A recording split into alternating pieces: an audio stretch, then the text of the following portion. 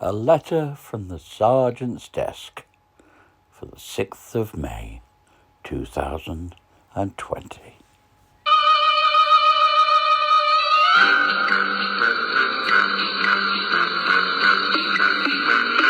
Good morning, everybody. Listen, I've got a very, very busy day on. I've got to go do a bit of shopping for my friend Martin, then I've got to take him. We're going on an adventure. We're going to Buxton. He's having his foot looked at, so that's my job for the day. I'm going to drop him off there, and then a friend of his is picking him up later in the day. So that's going to take up a lot of my day. So my apologies if this appears to be a bit of a mishmash. Okay, all right.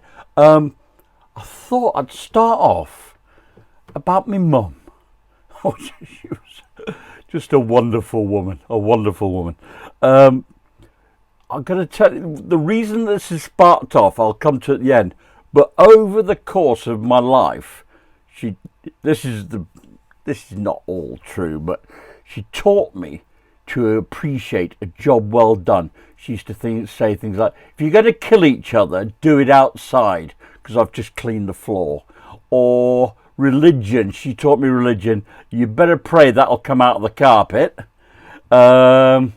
Let's think. Time travel. If you don't shape up, I'm going to knock you into the middle of next week. Logic. Yeah, it's because I say so. That's why. Sort of logic. And some more logic. If you fall backwards off that chair and break your neck, I'm not going to take you to the shops with me. What? What's that about?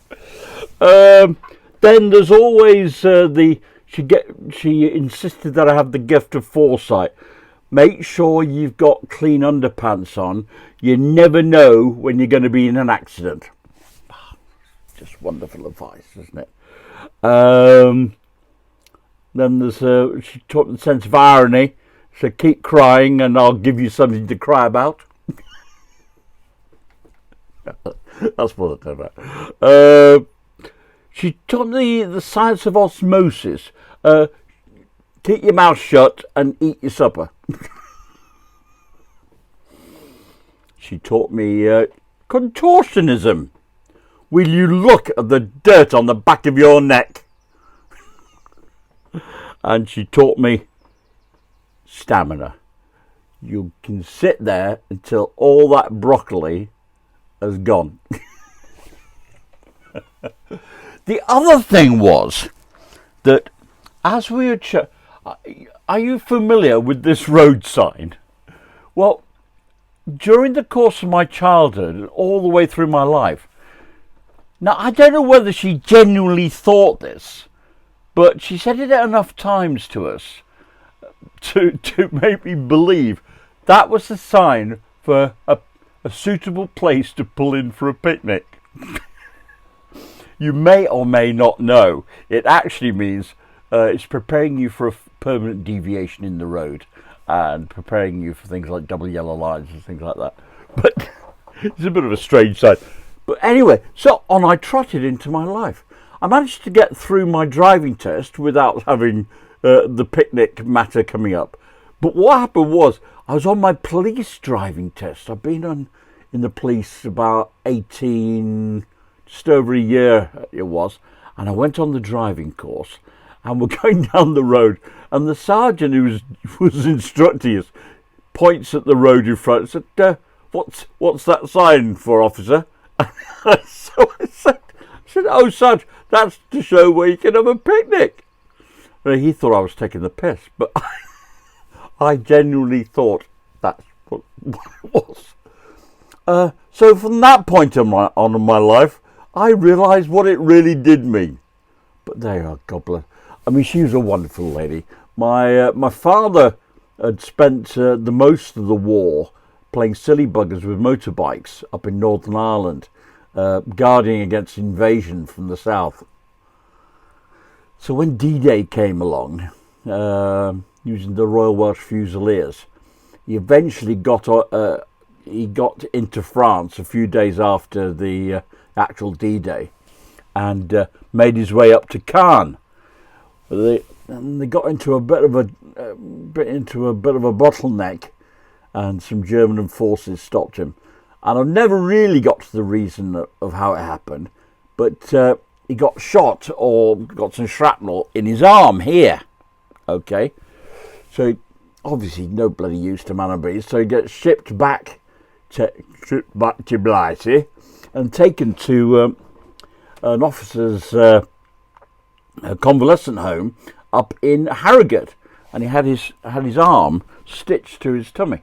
Okay, and there was a pretty nurse, my mama. She could have become a concert pianist, perhaps a doctor. She could have done anything in her life. What did she do? She ended up marrying him and looking after 4 kids and just being a wonderful mum. But on top of all that, she did a remarkable amount of voluntary work. She worked at the Citizens Advice Bureau.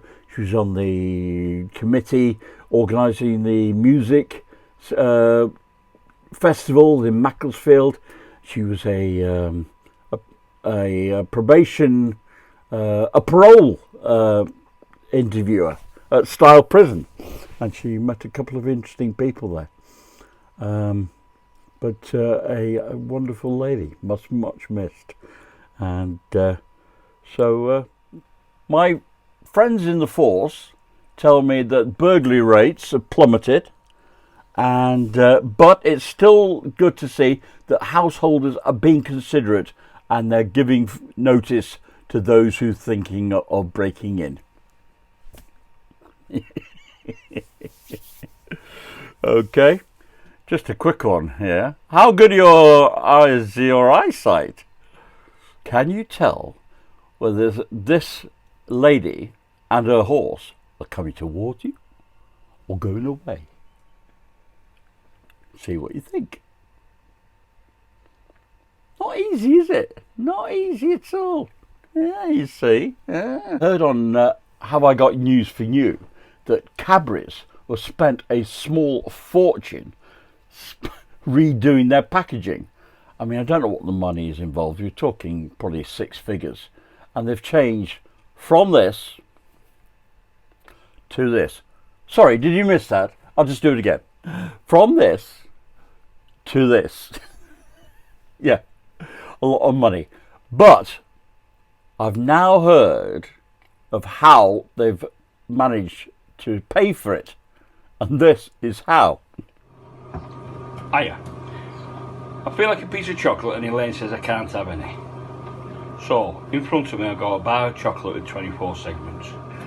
So, I've cut it in such a way that this one here, I'm going to put there. So keep an eye on that there. These 3 here, I'm going to move down. I'm going to move those down as well. Then put these 3 there. Now, we're going to count 4, 8, 12, 16, 20, 24. And that one there is for me 25. So I'm going to put them back now. So I'm going to move that one to there. Move that one to there. That to there. And that one back to there. And we're going to count them again. 4, 8, 12, 16, 20, 24. Do it again. 24 segments. We're going to move that one to there. Move that to there. Move that to there. Push that back to there and count 4, 8, 12, 16, 20, 24, and that one there is for me, 25. Get it? Yep. Can you work it out? Seen the trick before, but still not sure how it works. But that's how Cadbury's, they've just saved up all those little blocks, and that's how they've paid for the advertising change. So you're all clever, are you? Eh? So have a read of this and see which one is. Is it, I think everyone of this group is very intelligent? Or is it B, I think everyone of this group are very intelligent? Or is it C, I think everyone in this group is very intelligent? Or is it D, I think everyone in this group are very intelligent? Did you manage it? Did you get it right? Well, the next one is a lovely church sign. I love some of these church signs from America. And this one says, "And in the end, mankind used so much toilet paper, they wiped themselves out." Yes, I'm chatting to my ex, who's cooped up under total lockdown after receiving her death list 1 million letter, and she's stuck in her flat on the other side of Stockport. So I said, go and take some some exercise. Where? I said, well, she lives on the 5th floor. So I said, listen, and she's got a bad hip, but I said, go and do 2 steps up. Go to walk to the end of the corridor where the stairs are. Nobody uses them. I said, walk up 2 or 3 steps and walk down them. So I said, and then the next day you do a couple more. I don't know. So anyway, I've barely got off the phone when this footage arrived. I'm so impressed. So she remembered to do her. She went with a mask out and some gloves on, and she sneaked out, but at least it's keeping her sanity going. Well done.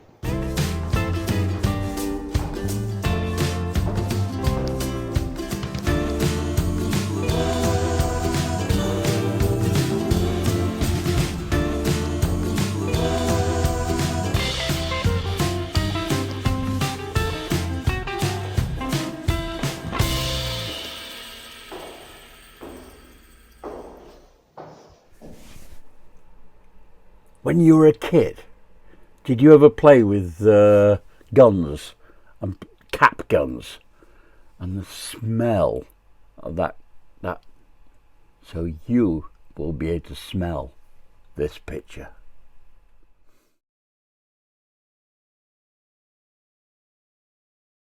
Got a quiz item here.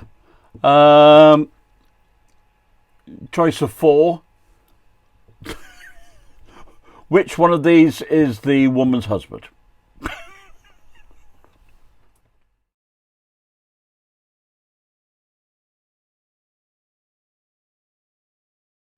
If you're not on speaking terms with your neighbours, there's more than one way to get at them. Here's one idea.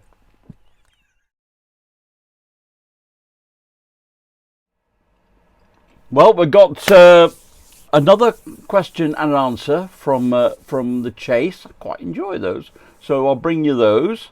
And yesterday's question: which of these is a real medical condition? Answer A, geographic tongue. Answer B, historic gum. Or answer C, religious tooth. And the answer is answer A, geographic tongue. Now, what about today's? Which of these is a contributory factor to tidal action? Answer A, gravity. Answer B, sunshine. So answer C, the wind. Now, the next thing is a little bit close to the bone. I've done some research, and it turns out there was a pandemic in Germany during the Second World War. And they've come up with a translated version of Adolf Hitler's plea to everybody to stay on lockdown in Berlin. So you might not have seen this before. It's pretty forceful.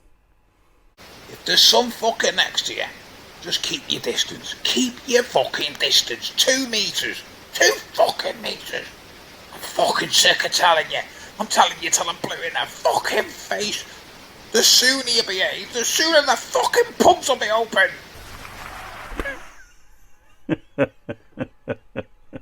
I love that. I love the accent that it's been done in. It's Gonna tell you a little story. Back in the days, Old Trafford. We're going back to Old Trafford, the streets of Old Trafford, a wonderful place. And one of the stories is there was a Skoda dealership in Old Trafford. It's not there anymore. It's a car wash. Such is life. It's moved on. But it was Schenk's Skodas.